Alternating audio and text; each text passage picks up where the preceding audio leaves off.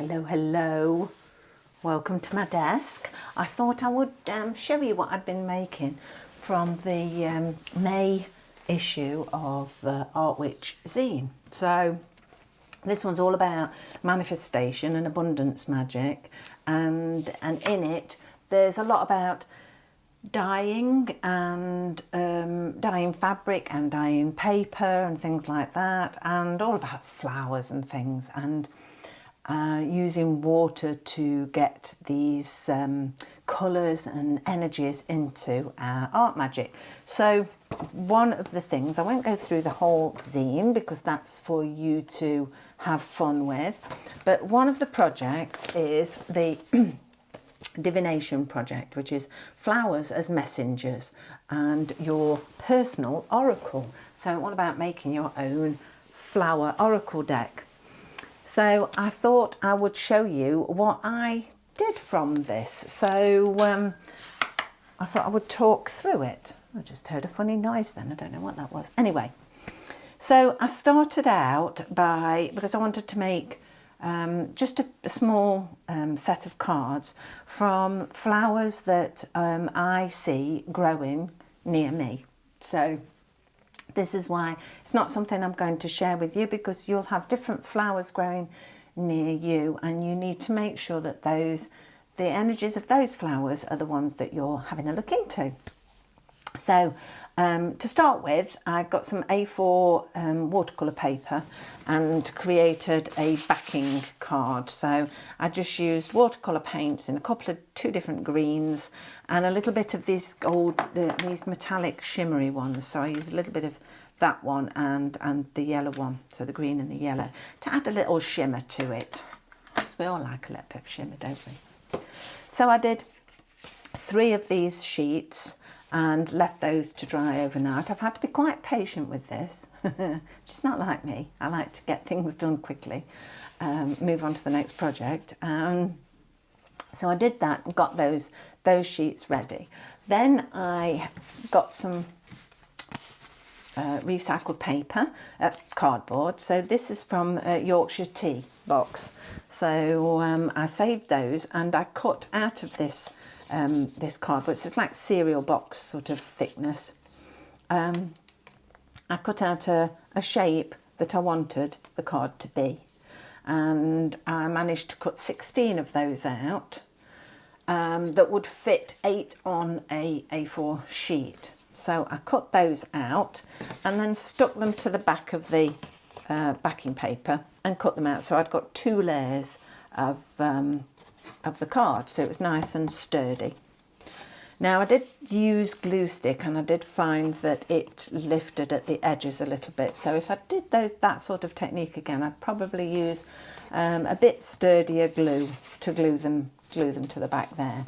So cut out, I had these 16 of these. So then I decided on what sort of like motif I would like. So I did this with a little bit of pencil, and I used these. I found these metallic Posca pens, they're glitter ones. So I used the green one around there and the yellow one for the little flower. I don't know if you can see that properly. And yeah, created the backing. So did that. Then came the good bit, the really good bit. I made myself a list of 16 sort of flowers that you can find here and there and everywhere, sort of at this time of the year, but they're not all. And I got photographs of those because I've not got lots of time at the moment to go out foraging and taking photographs of my own. I just made sure that there were flowers that were, I say, around and in my area. And then I got flowers, images from the internet, and printed them out so that I'd got small little images of these flowers to make my cards like this. So then I sort of tore that little flower photograph and stuck it onto the other side of my card, and then using these metallic watercolours again, I just sort of coloured in the edges to go with whatever that flower was. And while I was looking for those images online, I found the magical properties of the 16 flowers that I'd chosen, so that I'd got this information, and then I could do myself a little guidebook as well. So, armed with these, so I'll show you these. So these were sort of half ready. Oh, they're pretty now. You can see I chose different colours to go with the flowers. Like that. Okay. Then I chose the word that was like the first one that came to mind, the magical sort of property of that. And I wrote that there, just using my fine liner Uniball pen there, on there. And then I used my brush pen, which is one of these where you fill them with water. They're called travel brushes? I don't know. Anyway, this one I particularly like for writing, doing lettering. You know, when you get one that just works nice, and they don't all work nice for lettering, so this one particularly good. So I saved this one for lettering. And then I used a little bit of quite well watered down gouache in black, and I painted the names of all the flowers on the cards. Then once they were dry, I used my ink pad, lovely gold ink pad. This is my go-to edger, and then daubed all around the edges to give them that nice little gold edge there. So, cards completed, and rather pleased with myself. I then thought I wanted a little guidebook where I can put all the other information that I'd found online and everything, or in books, and put them into a little guidebook to go with it. So I made this.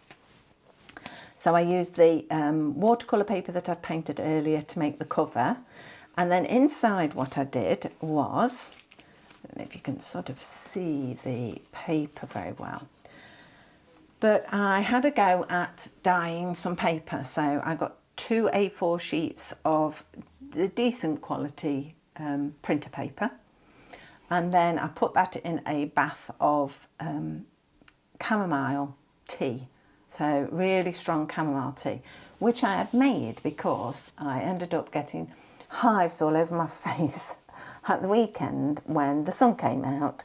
So I had lumpy, irritated skin, and I'd made a chamomile tea, a strong chamomile tea with calendula in it as well, to sort of press onto my face. Once it had all cooled down, I'd strained it. And so I had this tea, so I thought I'll use that, and I dyed the paper with that and scrunched it up a little bit. Then I let it dry off just a bit. It was still slightly damp because me being me, I was in a hurry. And then I went and picked some fresh flowers that I could find outside. So I had dandelion and bluebells, and I had some mint leaves as well. And I did the, what's it called? I forget every time. Hapazome.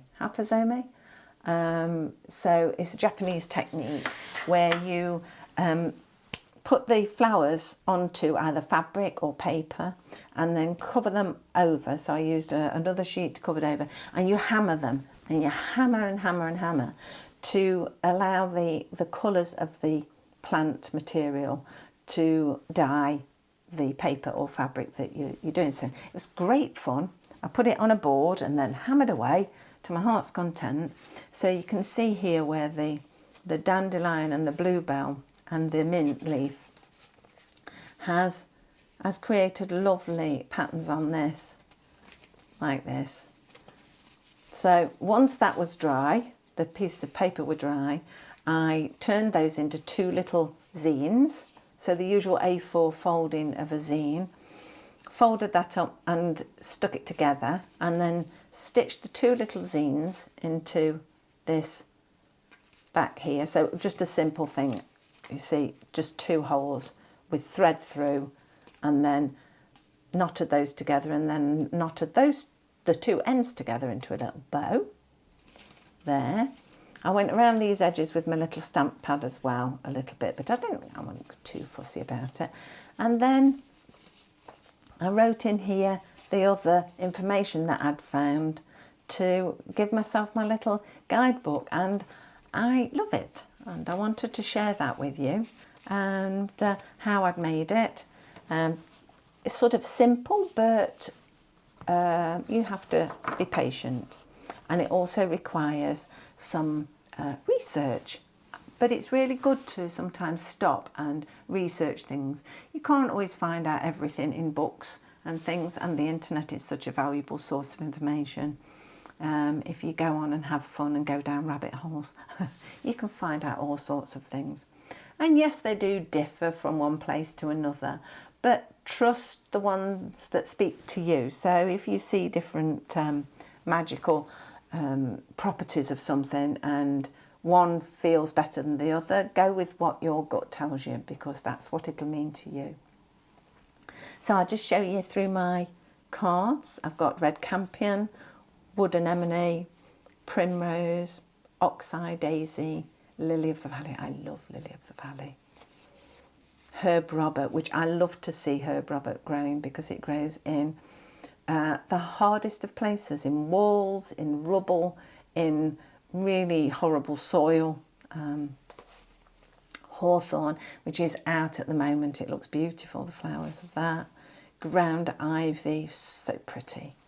Greater stitchwort, which is star magic. Garlic mustard, beautiful. Forget-me-not, I mean, they're so sweet. Bluebells, which are prolific at the moment around here. Cowslips, which is just such a pretty thing. Daisies, I mean, daisies are lovely. Dandelions, I love. And elderflower. So they're my cards. I'd love to see what plants grow near you, and if you create your own little flower oracle deck. You can find it, like I say, in the issue 8, which is May, which is available to all paid members, and also available in the shop, along with all the other issues of the Art Witch Zines, which are full of information, rituals, prompts and projects, and lots of lovely things to get that art magic inspiration flowing. So I hope you've enjoyed having a look at my flower oracle, and I would love to see yours. So see you soon, Art Witches.